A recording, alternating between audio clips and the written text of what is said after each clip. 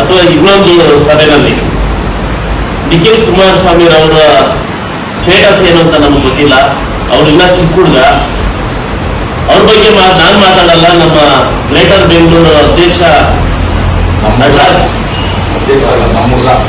ನಮ್ಮ ಹುಡುಗ ಮಾತಾಡ್ತಾನೆ. ನೀನ್ ಮಾತಾಡೋ ಅಂತ ಅಂದ್ಬಿಟ್ಟು ಅವ್ರಿಗೆ ಪ್ರವೋಕ್ ಮಾಡಿ ಬರೆದು ಕಳಿಸಿ ನೀನ್ ಹಿಂಗೆ ಮಾತಾಡ್ಬೇಕು ಅಂತ ಮಾತಾಡ್ಸಿದ್ದಾರೆ. ಆದ್ರೆ ಉಪಮುಖ್ಯಮಂತ್ರಿಗಳಿಗೆ ಹೇಳಕ್ ಬಯಸ್ತೀನಿ, ನೀವು ಕುಮಾರಣ್ಣನ ಬಗ್ಗೆ ಮಾತಾಡಿದ್ರು, ದೇವೇಗೌಡರ ಬಗ್ಗೆ ಮಾತಾಡಿದ್ರು, ನಿಖಿಲಣ್ಣನ ಬಗ್ಗೆ ಮಾತಾಡಿದ್ರು, ಅವ್ರು ಯಾರು ಕೌಂಟರ್ ಕೊಡ್ಲಿಲ್ಲ ಅಂದ್ರೆ JDS ಪಕ್ಷದಲ್ಲಿ ಪ್ರತಿ ಹಳ್ಳಿನಲ್ಲೂ ನಿಮ್ಮ 100ರಷ್ಟು ಮಾತಾಡೋ ಹುಡುಗರು JDS ಕಾರ್ಯಕರ್ತರಿದ್ದಾರೆ ಅನ್ನೋದನ್ನ ಅವ್ರಿಗೆ ಎಚ್ಚರಿಕೆ ಕೊಡ್ಲಿಕ್ಕೆ ಬಯಸ್ತಾ ಇದ್ದೀನಿ. ಏನಕ್ಕೆ ಮಾತಾಡ್ತಾ ಇದ್ದೀನಿ ಅಂತಂದ್ರೆ, ಅವ್ರು ಮಾತಾಡ್ತಾ ಹೇಳ್ತಾರೆ ಇಬ್ಬರು ಚಿಕ್ಕ ಹುಡುಗ ಅಂತ ಒಬ್ಬ ಚಿಕ್ಕ ಹುಡುಗನ ಸೋಲ್ಸಾಗಿ ಇಡೀ ನಿಮ್ಮ ಆಡಳಿತ ತಂದಿರಲ್ಲ ಚನ್ನಪಟ್ಟಣಕ್ಕೆ, ರಾಜಕಾರಣದಲ್ಲಿ ಹೋಗೋದಿಗೆ ಒಂದೊಂದು ಪಂಚಾಯತಿಗೆ 3 ಜನ 4 ಜನ ಮಂತ್ರಿಗಳನ್ನ ಹಾಕಿ ಅಲ್ಲಿ ಬಂದು ಕಾಯ್ಕೊಂಡು ಕೂತಲ್ಲ ತಿಂಗಳಾಗಡ್ಲೆ ಅಭಿವೃದ್ಧಿ ಆಡಳಿತ ಬಿಟ್ಟು, ಅವಾಗ ನಿಮಗೆ ಚಿಕ್ಕ ಹುಡುಗ ಅಂತ ಗೊತ್ತಾಗಿಲ್ವಾ? ನಿಜವಾಗ್ಲೂ ನಾಚಿಕೆ ಆಗ್ಬೇಕು. ಆಮೇಲೆ ಇನ್ನೊಂದು ಮಾಡಿದ್ರೆ ಆ ಯಪ್ಪ ಮಾತಾಡಿರೋದು ಬೇರೆ. DK ಶಿವಕುಮಾರ್ ಏನ್ ಬರ್ಕೊಟ್ಟವ್ರೆ, ಏನ್ ಮಾತಾಡು ಅಂತ ಹೇಳಿ ಬರ್ಕೊಟ್ಟವ್ರೆ. ಆ ರೀತಿ ಮಾತಾಡಕ್ಕೋಸ್ಕರ ಈ ಅಪ್ಪನ್ ಬಳಸ್ಕೊಂಡು ಅಲ್ಲಿ ಕಾಂಗ್ರೆಸ್ ಕಾರ್ಯಕರ್ತರು ಯಾರು ಇಲ್ಲ, ಅಲ್ಲಿ ಜೊತೆಲಿ ಒಬ್ಬನೇ ಒಬ್ಬ ಕುತ್ಕೊಂಡು ಪತ್ರಿಕಾಗೋಷ್ಠಿ ಕರೆದಿ ನಮ್ಮ ನಿಖಿಲ್ ಕುಮಾರಸ್ವಾಮಿ ಅವರು ಏನ್ ಮಾತಾಡವ್ರೆ, ಯಾಕೆ ಮಾತಾಡಿದ್ರು ಅಂತ ಅವ್ರಿಗೆ ತಿಳುವಳಿಕೆ ಇಲ್ಲದೆ ಮಾತಾಡವನೆ.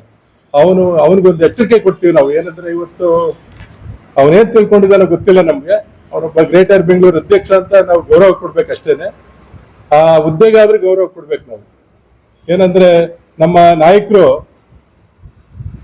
ಕುಮಾರಸ್ವಾಮಿ ಅವ್ರ ಬಗ್ಗೆ DK ಶಿವಕುಮಾರ್ ಮಾತಾಡಿರುವಂತ ವರ್ಡ್ಗೋಸ್ಕರ ಅದನ್ನ ಟೀಕೆ ಮಾಡ್ಬೇಕಂತ ಹೇಳಿ, ಅದನ್ನ ತೀಕ್ಷ್ಣವಾಗಿ ಉತ್ತರ ಕೊಡ್ಬೇಕಂತ ಹೇಳಿ ಅದ್ರ ಬಗ್ಗೆ ಮಾತಾಡಿದ್ದಾರೆ ಹೊರತು ಬೇರೆ DK ಶಿವಕುಮಾರ್ಗೂ ಸಾಹೇಬ್ರೆ ಅಂತ ಮಾತಾಡವ್ರೆ.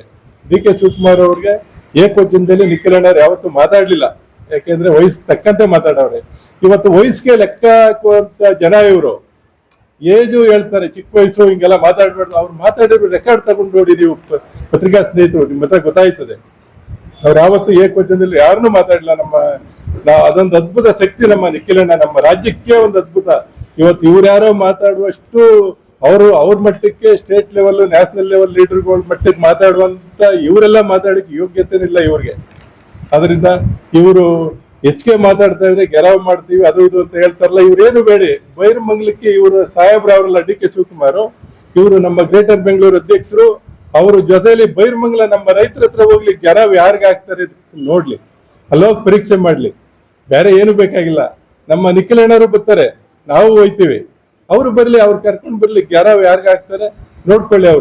ಇವರು ಮಾತಾಡುತ್ತ ಇತಿಮಿತಿಲಿ ಮಾತಾಡ್ಬೇಕು. ಇವರು ಒಂದು ಮಾಧ್ಯಮ ಮಿತ್ರರೇ, ಈಗ ಕೆಲವರು ಏನ್ ತಿಳ್ಕೊಂಡ್ಬಿಟ್ಟಿದ್ದಾರೆ ಅಂದ್ರೆ, ನಾವ್ ಯಾರೋ ಒಬ್ಬರ ಬಗ್ಗೆ ಮಾತಾಡ್ಬಿಟ್ರೆ ನಾವು ಅದನ್ನ ಮಾಧ್ಯಮದಲ್ಲಿ ಗ್ರೇಟ್ ಆಗ್ಬಿಡ್ತೀವಿ, ನಾವು ಹೈಲೈಟ್ ಆಗ್ಬಿಡ್ತೀವಿ ಅನ್ನೋ ಒಂದು ವಿಚಾರಕ್ಕೆ ಇತ್ತೀಚೆಗೆ ಇದು ರೂಢಿ ಮಾಡ್ಕೊಂಡ್ಬಿಟ್ಟಿದ್ದಾರೆ. ಅದ್ರಲ್ಲಿ ಇವರು ಒಬ್ರು ಅಂತ ಹೇಳಕ್ ಇಷ್ಟಪಡ್ತೀನಿ. ಯಾಕಂದ್ರೆ ಅವ್ರು ಮಾತಾಡಿರೋ ವಿಚಾರ ಏನು, ಅವ್ರು DK ಸಾಹೇಬ್ರಿಗೆ ಏನ್ ವಿಚಾರ ಕೇಳಿದ್ದಾರೆ, ಯಾಕೆ ಚಿಕ್ಕ ಹುಡುಗರು ಏನ್ ಕೇಳಬಾರ್ದು ಅನ್ನೋ ರೂಲ್ಸ್ ಇದೆಯಾ ಸರ್ಕಾರದಲ್ಲಿ? 18 ವರ್ಷ ಆದ್ಮೇಲೆ ಪ್ರತಿಯೊಬ್ಬರಿಗೆ ಪ್ರಜಾಪ್ರಭುತ್ವದಲ್ಲಿ ಏನ್ ಬೇಕಾದ್ರೆ ಈ ದೇಶದಲ್ಲಿ ನಡೆಯುವಂತ ಕ್ವಶನ್ ಕೇಳೋದು ಮತ್ತೆ ವಾದ ಮಂಡಿಸೋದು ಕೇಳುವಂತ ಎಲ್ಲರಿಗೂ ಹಕ್ಕಿದೆ. ಒಬ್ಬ ರಾಜಕಾರಣಿ ಆಗ್ಬೇಕು ಅಂತ ಏನಿಲ್ಲ, ಅವ್ರ ನೈತಿಕತೆ ಎಲ್ಲರಿಗೂ ಇದೆ. ಅದನ್ನ ಅವರು ಒಂದು ರಾಜ್ಯದ ಒಂದು ಯುವ ಅಧ್ಯಕ್ಷರಾಗಿ ಆ ಒಂದು ನಿಟ್ಟಿನಲ್ಲಿ ಯಾರಿಗೆ ಬೇಕಾದ್ರೆ ಕ್ವಶನ್ ಮಾಡ್ಬೋದು. ಕ್ವಶನ್ಗೆ ಉತ್ತರ ಕೊಡಿ, ಅದ್ರಲ್ಲಿ ತಪ್ಪೇನಿದೆ? ಅವ್ರು ಕೇಳಿದ್ರೆ ಸತ್ಯನ ತಪ್ಪನ? ಚಿಕ್ಕ ಹುಡುಗ ಆದ್ರೇನು, ದೊಡ್ಡ ಹುಡುಗ ಆದ್ರೇನು? 18 ವರ್ಷ ಆದ್ಮೇಲೆ ಎಲ್ಲರೂ ಈ ಪ್ರಜಾಪ್ರಭುತ್ವದಲ್ಲಿ ಎಲ್ಲರೂ ಅದಾರೆ. ಅವ್ರು ಕೇಳೋದ ಕ್ವಶನ್ ಉತ್ತರ ಕೊಡದೆ ನೀವು ಅವ್ರಿಗೆ ಮಾತಾಡಲ್ಲ, ಇವ್ರಿಗೆ ಮಾತಾಡಲ್ಲ ಅಂತ ಹೇಳ್ಕೊಂಡು ನೀವು ಅವ್ರದೇ ಆದಂತ ಒಂದು ಇದರಲ್ಲಿ ನಾವು ದೊಡ್ಡರಾಗ್ಬಿಡ್ಬೇಕು, ಅವ್ರ ಬಗ್ಗೆ ನಾವು ಮಾತಾಡಿದ್ರೆ ಇನ್ನೂ ನಾವು ದೊಡ್ಡರಾಗ್ಬಿಡ್ತೀವಿ ತಿಳ್ಕೊಂಡು ನಾನು ಅವ್ರು ಯಾರೋ ಚಿಕ್ಕ ಹುಡುಗರು ಉತ್ತರ ಕೊಡ್ತಾರೆ ಬಿಡಿ, ಅವ್ರು ನಾನು ಇದು ಉತ್ತರ ಕೊಡಲ್ಲ ಬಿಡಿ. ಯಾಕೆ ಸ್ವಾಮಿ ಚಿಕ್ಕ ಹುಡುಗರು ಉತ್ತರ ಕೊಡ್ಬೇಕು? ಅವ್ರು ಕೇಳ್ತಾರೆ, ರೈತರ ಪರವಾಗಿ ಹೋರಾಟ ಮಾಡಕ್ ಬೈದ್ರೆ ಇಡೀ ದೇವೇಗೌಡರು ಫ್ಯಾಮಿಲಿ ಹುಟ್ಟುತ್ತಾವಿಂದ ರೈತರು ದೇವೇಗೌಡರು ಊಟ ಮಾಡ್ಕೊಂಡು ಹೋಗಿದ್ದಾರೆ. ಜೊತೆಗೆ ಅವ್ರು ಹೇಳಿದ್ರು ಇನ್ನೊಬ್ರು, ಯಾಕೆಂದ್ರೆ ಈಗ ನಾವು ಅದ ಅಕ್ವೈರ್ ಮಾಡ್ಕೊಂಡಿದ್ದು ಅವ್ರು ದಾನ ಕೊಟ್ಬಿಡ್ತೀವಿ ಅಂತ ಅವ್ರು ಹೇಳದನ್ನ, ನಿಖಿಲಣ್ಣ ಹೇಳದನ್ನ ಈ ಅಧ್ಯಕ್ಷರು ತಿರ್ಚಿ ಹೇಳಿದ್ದಾರೆ. ಅರ್ಥ ಮಾಡ್ಕೊಳ್ಳಿ ಸ್ವಲ್ಪ. ಅವ್ರು ಹೇಳದ ಉದ್ದೇಶನೇ ಬೇರೆ. ನಾನು ಜಮೀನ್ ಇದ್ರೆ ಕೊಟ್ಬಿಡ್ತೀನಿ ಅಂತಲ್ಲ, ಯಾವ್ದಾದ್ರು ಜಮೀನ್ಗಳಿದ್ರೆ ನಮ್ದು ಕೂಡ ತಗೋಬಹುದು ಬೇರೆ ಹೆಸರಲ್ಲಿ ಅಂತ ಅವರು ದಾನ ಮಾಡ್ತೀನಿ ಅಂತ ಹೇಳಿದ್ರನ್ನ ಇವರು ತಿರ್ಚಿ ಅದನ್ನ ನಿಮ್ ಜಮೀನ್ ಬನ್ನಿ ನಾನೇ ನಿಂತ್ಕೊಂಡು ದಾನ ಮಾಡ್ತೀನಿ ಅಂತ ಇವ್ರು ಹೇಳಿದ್ದಾರೆ. ಗೌರ್ಮೆಂಟ್ ಲ್ಯಾಂಡ್ ಇತ್ತು, ಅದ್ರಲ್ಲಿ 750 ಎಕರೆ ಯಾಕೆ ಬಂತು ಅನ್ನೋದ್ರ ಬಗ್ಗೆ ಒಂದು ಸ್ಟೇಟ್ಮೆಂಟ್ ಕೊಟ್ಟರು. ಅದು ಯಾಕೆ ಬಂತು ಅಂದರೆ ನಮ್ಗೆ ಅನುಮಾನ ಆದದ್ದು. ನಾವು ಹೀಗೆ ಆಗದೆ ಅಂತ ಹೇಳ್ತಾ ಇಲ್ಲ, ನಮ್ಮ ಕುಮಾರಸ್ವಾಮಿ ಅವರಾಗಲಿ, ನಾವಲ್ಲಿ ನಿಖಿಲಣ್ಣ ಅಲ್ಲಿ ಅನುಮಾನ ಅದೇ 2000 ಎಕರೆ ಇದ್ದಂಥ ಮೊದಲು ಫಸ್ಟ್ ನೋಟಿಫಿಕೇಶನಲ್ಲಿ 750 ಎಕರೆ ಬರಬೇಕಾದ್ರೆ ಇವರು ಕಾಂಗ್ರೆಸ್ನ ಮುಖಂಡರುಗಳಿಗೆ ಮಂಜೂರಾತಿಗಳನ್ನ ಮಾಡಿಕೊಂಡು ಮಂಜೂರಾತಿಯಲ್ಲಿ ದುಡ್ಡನ್ನು ಹೊಡೆದು ಇವರೆಲ್ಲ ಲಪ್ಟಾಯಿಸ್ಬೇಕು ಅನ್ನೋ ಒಂದು ರೈತರ ಒಂದು ಏನು ಅಹವಾಲು ಹೇಳಿದ್ದಾರೆ, ಅದ್ರ ಮುಖಾಂತರ ಮಾತಾಡಿದ್ರೆ ಇವತ್ತು ಅದು ಆಗಿದೆಯೋ ಬಿಟ್ಟಿದೆಯೋ ಅದು ತನಿಖೆ ಆಗಲಿ, ಅದು ಗೊತ್ತಾಗಲಿ.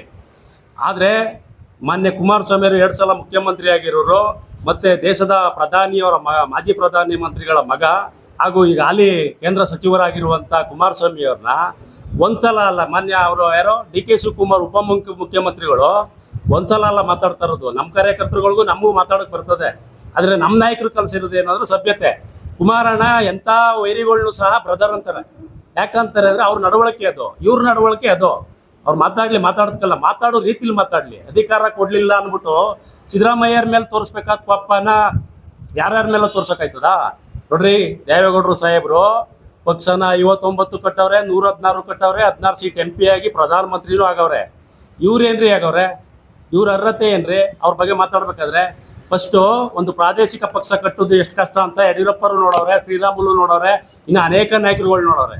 ಇವರು ಅದೇ ರೀತಿ ಕಟ್ಲಿ ಹಾಕಿ ಈಗ ಅಧಿಕಾರ ಕೊಡ್ಲಿಲ್ವಲ್ಲ, ಈಗ CM ಕುರ್ಚಿ ಕೊಟ್ಟಿಲ್ವಲ್ಲ, ಒಂದು ಅಧಿಕಾರ ಕಟ್ಲಿ ಹಾಕಿ ಇವ್ರದ್ದು ಒಂದು ಪ್ರಾದೇಶಿಕ ಪಕ್ಷ ಕಟ್ಬಿಟ್ಟು ಕಟ್ಲಿ ಹಾಕಿ. ನಾನು ಆಗಲೇ ಓದೋ ಸಭೆಯಲ್ಲಿ ಒಂದ್ಸಲ ಹೇಳಿದ್ದೆ, ಒಂದೇ ಸಲಿಗೆ ಅವರ ತಮ್ಮ ಸೋತೆ ಇಟ್ಕೇನೆ ಆಗಲೇ ಡೈರಿ 2500 ಇರುವಂಥ ಒಂದು ಸದಸ್ಯತ್ವ ಇರುವಂಥ ಡೈರಿಗೆ ತಗೋಗಿ ಅಧ್ಯಕ್ಷರು ಮಾಡೋರು. ಯಾರೋ ಇಲ್ಲಿ ನಾವು ಕೂತಿರುವಂಥ ಸದಸ್ಯರುಗಳು ಮಾಡಬೇಕಾದ ಮಾಡವ್ರೆ. ಮತ್ತು ಗ್ರೇಟರ್ ಬೆಂಗಳೂರಿಗೂ ಅಬ್ಬನಕುಪ್ಪೆ ರಮೇಶ್ ಅಣ್ಣ ಇದ್ದಂಥದ್ದು ರಾಜೀನಾಮೆ ಕೊಡಿಸ್ಬಿಟ್ಟು ಡೈರೆಕ್ಟರ್ ಮಾಡ್ಕೊಂಡವ್ರೆ ಅಂತ ನಮಗೆ ತಿಳಿದು ಬಂದಿರ್ತದೆ. ಆಗಿರುವಾಗ ನಮಗೆ ಇಲ್ಲಿ ರೈತರಿಗೆ ನಾವು ಅನ್ಯಾಯ ಆಗೋಕ್ಕೆ ಬಿಡಬಾರ್ದು ಅನ್ನೋದೇ ನಮ್ಮ ನಾಯಕರ ಉದ್ದೇಶ ಹೊರತು ನಿಖಿಲಣ್ಣ ನಮ್ಮ ತಂದೆಗೆ ಏನೋ ಅಂದ್ಬಿಟ್ಟು ಹೇಳಲಿಲ್ಲ. ಒಬ್ಬ ಮಾಜಿ ಪ್ರಧಾನಿ ಮಗ ಮತ್ತು ಕೇಂದ್ರದ ಮಂತ್ರಿ ಆಗಿರುವಂಥವ್ರಿಗೆ ಗೌರವ ಸೂಚಿಸೋಕ್ಕೆ ಅವರು ಗೌರವಯುತವಾಗಿ ಮಾತಾಡೋರೆ. ಇವರು ಅರ್ಧಿ ಅಂತ ಒಬ್ಬ ಉಪಮುಖ್ಯಮಂತ್ರಿಯಾಗಿ ಈ ರಾಜ್ಯಕ್ಕೆ ಒಳ್ಳೆ ಸಂದೇಶ ಕೊಡಬೇಕಾದವರು ಹೇಳುವಂಥ ಮಾತಾದು ಅರ್ಧಿ ಕುಮಾರಸ್ವಾಮಿಯರು ಅವ್ರ ಭಾಷೆಯಲ್ಲಿ ಹೇಳಬೇಕು ಅಂತಂದರೆ ಅವ್ರು ಅರ್ಧಿರದ ಹೇಳ್ತೀವಿ ಕೇಳಿ. ಲಾಟ್ರಿ ನಿಷೇಧ ಮಾಡಿದ್ರು, ಅದು ಅರ್ಧಿರುತ್ತೆ. ಸಾರಾಯಿ ನಿಷೇಧ ಮಾಡಿದ್ರು, ಅದು ಅರ್ಧಿರುತ್ತೆ. 2 ಸಲ ಸಾಲ ಮನ್ನಾ ಮಾಡಿದ್ರು, ಅದು ಅರ್ಧಿರುತ್ತೆ. ಇವ್ರ ಭಾಷೆಯಲ್ಲಿ ಹೇಳ್ತಾ ಇರೋದು ನಾವು. ಆಮೇಲೆ ದೀನ ದಲಿತರಿಗೆ ಗ್ರಾಮ ವಾಸ್ತವ್ಯ ಮಾಡಿ ಎಲ್ಲ ಜನಾಂಗದ ಇದ್ರಲ್ಲಿ ಮಾಡಿದ್ರು, ಅದು ಅರ್ಧಿರುತ್ತೆ. ನೀವು ಈಗ ಹೇಳಿದಿರಲ್ಲ, ಏನಯ್ಯ ನಿಮ್ಮ ಅರ್ಧಿ ಗುಡ್ಡೆ ಹಾಕಿರುವಂಥದ್ದು ಏನು ಅಂದರೆ ಮೇಕೆದಾಟು ಹೇಳಿದ್ರಿ, ಹೋದ್ರಿ, ಏನೇನೋ ಮಾಡಿದ್ರಿ, ಸಭೆಗಳು ಮಾಡಿದ್ರಿ, ಏನಾಯ್ತು ಮೇಕೆದಾಟು? ಬರೀ ಆಶ್ವಾಸನೆಯಲ್ಲೇ ಉಳಿದಿದೆ ಹೊರತು ಈಗ ಕರೆಂಟ್ ಬಿಲ್ ಒಂದನೇ ನೋಡಿದ್ದೀರಾ? ಈಗ 1ನೇ ತಾರೀಕು 3 ಸಲ ಹೆಚ್ಚಿಸಿದವ್ರೆ. ಮತ್ತು ಇದು ಸ್ಟ್ಯಾಂಪ್ ಡ್ಯೂಟಿ, ಒಬ್ಬ ಬಡ ರೈತ 20 ಸೈಟ ರಿಜಿಸ್ಟರ್ ಮಾಡ್ಕೋಬೇಕಾದ್ರೆ ಹಳ್ಳಿಲಿ 3 ಪಟ್ಟು ಇವರು ಏನು ಕಾಂಗ್ರೆಸ್ ಸರ್ಕಾರ ಬಂದಮೇಲೆ 3 ಪಟ್ಟು ಹೆಚ್ಚಿಸವ್ರೆ. ಇವನ್ನೆಲ್ಲನೂ ಡೈವರ್ಟ್ ಮಾಡೋಕ್ಕೆ ಯಾರಿಗೋ ಒಬ್ರಿಗೆ ಮುಖ್ಯವಾಗಿರುವಂಥ ಹಿಂಗೆ ನಮ್ಮ ಕುಮಾರಸ್ವಾಮಿ ಅವರಂಥ ನಾಯಕರಿಗೆ ಏನೋ ಅಂದ್ಬಿಡೋದು, ಆಮೇಲೆ ಅದನ್ನ ಡೈವರ್ಟ್ ಮಾಡೋದಲ್ಲ. ಕೇಂದ್ರ ಸರ್ಕಾರ ಹೆಚ್ಚಿಸಿರುವಂಥದ್ದು 4 ವರ್ಷಕ್ಕೆ 3 ರೂಪಾಯಿ. ಇವರು ಸೆಸ್ಗಳು ಹಾಕಿರುವಂಥದ್ದು 3 ಸಲ ಹಾಕಿದ್ದಾರೆ. ಅದೇ ರೀತಿ 100 ಹೆಚ್ಚಿಸ್ಕೊಬಿಟ್ಟು 9,000 ರೂಪಾಯಿಗೆ 1,600 ರೂಪಾಯಿ ಜಾಸ್ತಿ ಹಾಕೋರು ಲೈಟ್ ಬಿಲ್ಲ. ನಮ್ತವೇ ಉದಾಹರಣೆಗಳಿವೆ. ಆ ರೀತಿಲಿ ಹೇಳಿದ್ದಾರೆ ಹೊರತು ಕುಮಾರಸ್ವಾಮಿ ಅವರಲ್ಲಿ ನಿಖಿಲಣ್ಣ ಅಲ್ಲಿ ಒಳ್ಳೆ ಸಭ್ಯಸ್ಥ ಕುಟುಂಬದಿಂದ ಬಂದವ್ರೆ. ಅವ್ರು ಸಭ್ಯಸ್ಥಗೆ ಮಾತಾಡ್ತಾರೆ. ಈ ಗಾನ್ಕಲ್ ನಟರಾಜದ್ ಬಿಡಿ, ಗಾನ್ಕಲ್ ನಟರಾಜು ಕುರ್ಚಿ ಉಳಿಸ್ಕೋಬೇಕನ್ನ, ಯಾಕೆಂದ್ರೆ ಈಗ ಅಲ್ಲೆಲ್ಲ ಪ್ರೋಸೆಸ್ ಆಗುವಾಗ ಕುರ್ಚಿ ಬೇಕಲ್ವಾ? ಕುರ್ಚಿಗೋಸ್ಕರ ಮಾತಾಡಿರೋ ಬಗ್ಗೆ ನಾವು ಮಾತಾಡಲ್ಲ. ನಾವು ಹೇಳ್ತಾರದು ಉಪಮುಖ್ಯಮಂತ್ರಿಗಳ ಬಗ್ಗೆ. ನೀವೇನಾರ ಈಗ ರಾಮನಗರಕ್ಕೆ ನಿಮ್ದು ಏನ್ರಿ ಕೊಡುಗೆ? ಇಲ್ಲಿವರೆಗೂ ಅಲ್ಲಿ ತಂದಿದ್ದೀವಿ, ಇಲ್ಲಿ ತಂದಿದ್ದೀವಿ, ಮಾಡಿದ್ವಿ. ಕುಮಾರಸ್ವಾಮಿ ಅವ್ರು ತಂದಿದ್ದಂಥ ಒಂದು ಮೆಡಿಕಲ್ ಕಾಲೇಜ್ನ ಕನಕಪುರ ಕಿತ್ಕೋಗಿ ಹೋಗ್ತಾ ಇದ್ರಿ. ಹೋರಾಟ ಮಾಡಿ ಮತ್ತೆ ಇದು ಮಾಡಿ ನಿಲ್ಸಿರುವಂಥದ್ದು ಮಾನ್ಯ ಕುಮಾರಸ್ವಾಮಿ ಅವರು ಅಂತ ಹೇಳ್ತಾ, ದಯವಿಟ್ಟು ಯಾರ ಬಗ್ಗೆ ಏನಾರ ಮಾತಾಡಲಿ. ಈಗ ಹಿಂದೆ ಏನಾಯ್ತು, ಗ್ರೇಟರ್ ಬೆಂಗಳೂರು ಯಾಕೆ ಅನುಮಾನ ಆಯ್ತಾ ಅಂತಂದ್ರೆ ನಿಮಗೂ ಮಾಧ್ಯಮದವ್ರಿಗೆ ಎಲ್ಲ ನೋಡಿದಿರಿ. ಮೊದಲು ಹೇಳಿದ್ರು 8,300 ಕೋಟಿ ಅಂತ ಹೇಳಿದ್ರು, ಆಮೇಲೆ ಹೇಳಿದ್ರು 18,000 ಕೋಟಿ ಅಂದರು. ಆಮೇಲೆ ಈಗ ಫೈನಲ್ಗೆ ಏನಂದ್ರು, ಲಾಸ್ಟ್ ಇದು ಮಾಡುವಾಗ ನೋಟಿಫಿಕೇಶನ್ ಮಾಡುವಾಗ 22,000 ಚಿಲ್ಲರೆ ಕೋಟಿ ಅಂತ. ಆ ರವಿಕೃಷ್ಣ ರೆಡ್ಡಿ ಅವರು ಎಲ್ಲ ಕುಲ್ಲಂಕುಷವಾಗಿ ಹೇಳೋದು ನೋಡಿ. 22,000 ಕೋಟಿ ಇದ್ದು ಇವ್ರು 3,300 ಚಿಲ್ಲರೆ ಕೋಟಿಯ ಬಡ್ಡಿ ಅಂತ ಹಾಕಿದ್ರಲ್ಲ, ಯಾರಿಗೆ ಬಡ್ಡಿ? ನೀವೇನಾರ ಬಂಡವಾಳ ಹಾಕೊಂಡು ಬಡ್ಡಿ ತಗೋತೀರಾ? ಇಲ್ಲ ಯಾವ ಬ್ಯಾಂಕಲ್ಲಿ, ಅಂತಾರಾಷ್ಟ್ರೀಯ ಬ್ಯಾಂಕ್ಗಳಲ್ಲಿ ತಗೊಂಡಿದ್ದೀರಾ? ಏನು ಮಾಡಿದ್ದೀರಿ?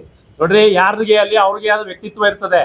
ನೀವು ಮುಖ್ಯಮಂತ್ರಿ 2 ಸಲ ಆಗಿರುವಂತದ್ದ ಹೆಂಗೆ ಮೋಸ ಮಾಡಿ ನಮ್ಮ ಕುಮಾರಸ್ವಾಮಿ ಅವ್ರನ್ನ ಇಳಿಸ್ತ್ರಿ ಅನ್ನೋದು ಗೊತ್ತೋ, ನಿಖಿಲ್ ಅಣ್ಣನ ಮಂಡ್ಯದಲ್ಲಿ ಹೆಂಗ್ ಸೋಲಿಸ್ತ್ರಿ ಅನ್ನೋದು ಗೊತ್ತೋ, ಮತ್ತೆ ಚನ್ನಪಟ್ಟಣದಲ್ಲಿ ಯಾವ ವ್ಯೂಹ ಮಾಡಿ ಏನ್ ನಿಮ್ ಸರ್ಕಾರ ಇಲ್ಲ ಸರ್, ಒಂದೊಂದು ಪಂಚಾಯತಿಗೆ ಇಬ್ಬಿಬ್ರು ಮಿನಿಸ್ಟ್ರು, ಒಂದೊಂದು ಪಂಚಾಯತಿಗೆ 10 MLA ಹಾಕ್ಬಿಟ್ಟು ಯಾವ ತರ ಸೋಲಿಸ್ತ್ರಿ ಅಂತಾನು ಗೊತ್ತು.